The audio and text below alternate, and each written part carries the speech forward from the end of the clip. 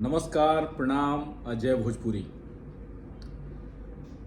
लगभग छठवां सातवां शताब्दी से भोजपुरी भाषा में साहित्य के असर लौके लागल है।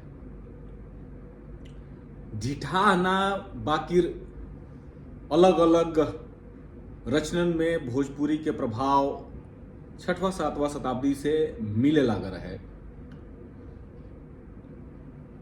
10वां 11वां शताब्दी में जब देखल जाओ जौना घड़ी गुरु गोरखनाथ, भरथरी आदि लोगन के समय रहे, 10वां 11वां शताब्दी के समय, ओ समय भोजपुरी जौन बिया तौन बरियार होके सुझावे लागल रहे।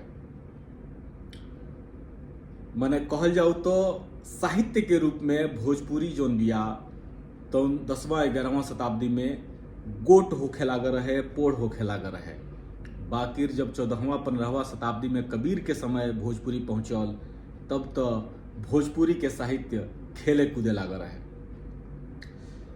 एगो भाषा जौना के बीचों बीच में, माने वो भाषा के जौन क्षेत्र बाटे, वो भाषा के बीचों बीच में वैदिक संस्कृत रहे, पाणिनि के संस्कृत रहे, पतंजलि के संस्कृत रहे।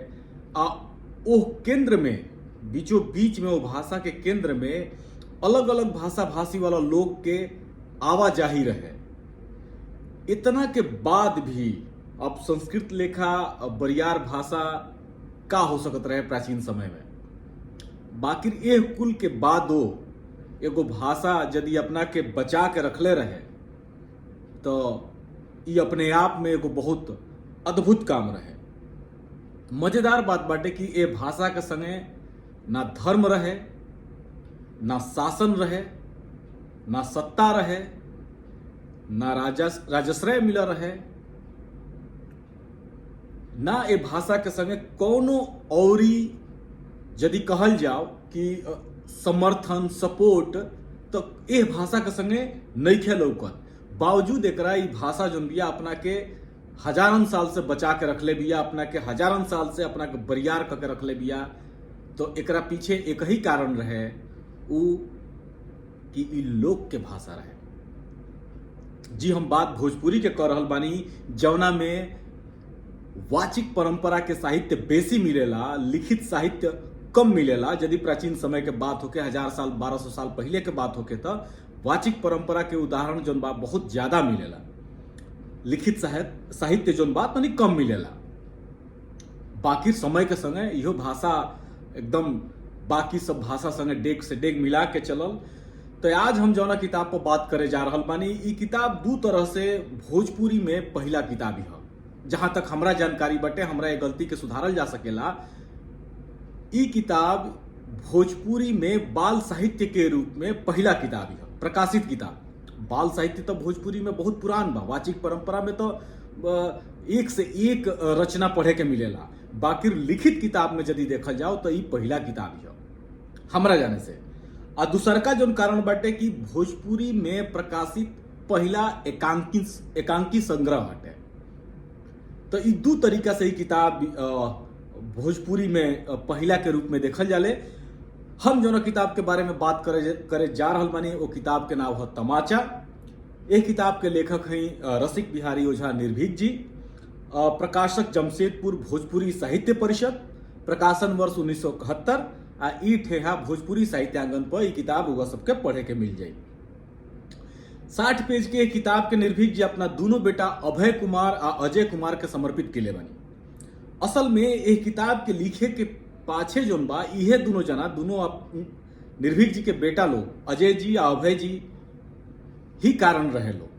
यही लोगन के डिमांड पर यह लोग डिमांड कई अपना बाबूजी से, तो फिर बाबूजी एक भोजपुरी में ही किताब लिखनी, बाल साहित्य लिखनी, एकांकित संग्रह लिखनी। न के अनुस्वार के उच्चारण में तनी दिक्कत हो रहा बा बुझाता। एह बात के निर्भीक जी खुद आपन बात नाव से शीर्षक से जोन एमे लेख लिखले बानी, ओकरा में बताओ तनी कि आखिर किताब के कहां वहां के लिखले बानी। तो बात किताब पर कही जाओ, यदि विषय सूची देखब तो अपन बात के अलावा कुल 8 गो एकांकी बा। हर एकांकी ऐतिहासिक आ कुछ एक पौराणिक बटे। हर एकांकी के आपन संदेश बा। संक्षेप में बड़ा गोट गोट बात एह एकांकियन के माध्यम से कईल गईल बाटे। निर्भीक जी एह एकांकियन के माध्यम से बहुत कुछ संदेश देवे के कोशिश किले बानी।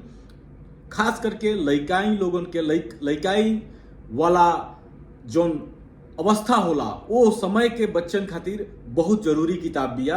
अब जैसे कि विषय सूची में रुआ सब नाव देखब तो वीर बालक शिवाजी, बालक अब्दुल कादिर, असुर बालक बारबरिक, वीर बालक जेरापुर नरेश, वीर बालक लव कुश, बालक राणा प्रताप, बालक चंड, बालक प्रताप।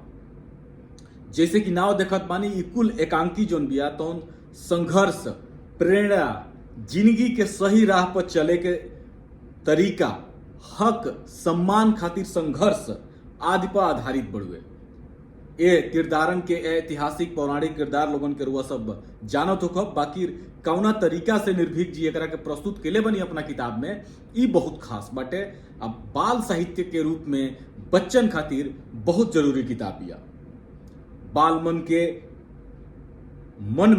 मन के मन में लइकन के दिमाग में इतिहास के कुछ एक घटनाक्रम के सही तरीका से राखल बहुत जरूरी हटे। एगो गाइडेंस, एगो दिशा निर्देश जोन बाटे तो जरूरी होला। एह किताब में हमनी के वही चीज के देख रहल बानी जा। एह किताब के नाम तमाचा काहे रखाई, एह बात के लेखक लगभग एक पेज में अपन बात लिखले बड़े। हर एकांकियन के माध्यम से तमाचा के लिखे के वजह बतौले बड़े। हम यदि एक वाक्य में कहीं तो लेखक कहीं ना कहीं इतिहास से वो घटनन के चुनले बाड़े जौना से छोट बाकिर गोट सनेस बच्चन के लगे जाओ, जौना से बच्चन के सोच बदल सके अपना इतिहास के लेके, अपना इतिहास में घटित चाहे मानव संस्कृति में घटित कुछ एक घटनन के इतना बढ़िया तरीका से वहां के बतौले बानी कि जौन बात ओकरा में लिखाइल बाटे, जौन घटना के जौन परतोख ओकरा में दियाइल बाटे, ओ से सोचे के माने अगर केहू सुतल होके आ ओकरा के जगा दिहल जाओ जरूरत के हिसाब से या सही समय पर जगा दिहल जाओ तो जैसे उ राह पकड़ लेला वैसे ही ई किताब राह पकड़ा रहल बिया। संभवतः उठकेरे के ही प्रयास जौन बाटे उहे तमाचा हटे। बाकिर निर्भीक जी एकरा में बतौले बने कि कहे एक किताब के नाम तमाचा राखल गईल बा। किताब के अपन बात एक किताब के लिखे, एक किताब के शीर्षक के चुने, किताब के कंटेंट यानी कि एकांकियन के बारे में बतावे से लेके एक किताब के प्रकाशित होखे तक के कहानी के बड़ा बढ़िया तरीका से निर्भीक जी बतौले बानी।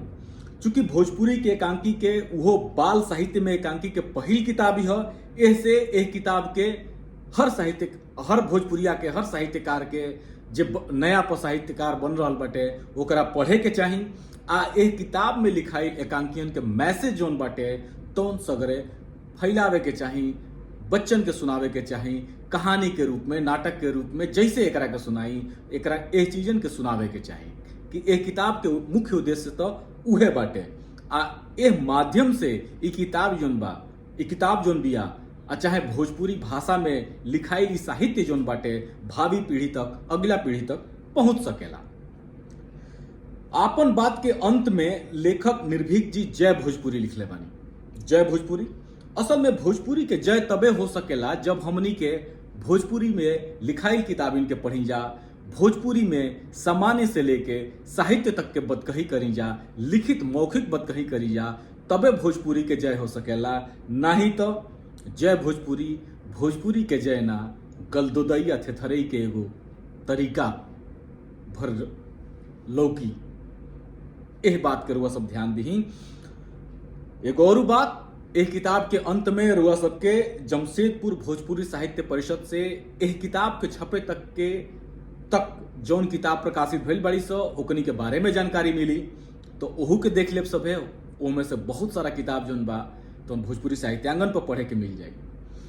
तो बस आज की है जानकारी रहलटे किताब के बारे में। रुआ सब किताब के पढ़ी, किताब भोजपुरी साहित्यांगन पर पढ़े के मिल जाई, बहुत बढ़िया लगी रुआ सबके। खास करके जो एकरा में एकांकी बाटे, जो नाटक बाटे, छोटे छोटे जो नाटक बना सा वो बड़ा बढ़िया मंच पर एकरा नाटकन के खेलल जा सकेला यदि गांव में रुआ सब नाटक उटक के मंचन करे नहीं तो। इजाजत दी, हम फिर हाजिर होकर भोजपुरी के कोनो न कोनो किताब लेके। धन्यवाद, प्रणाम, अजय भोजपुरी।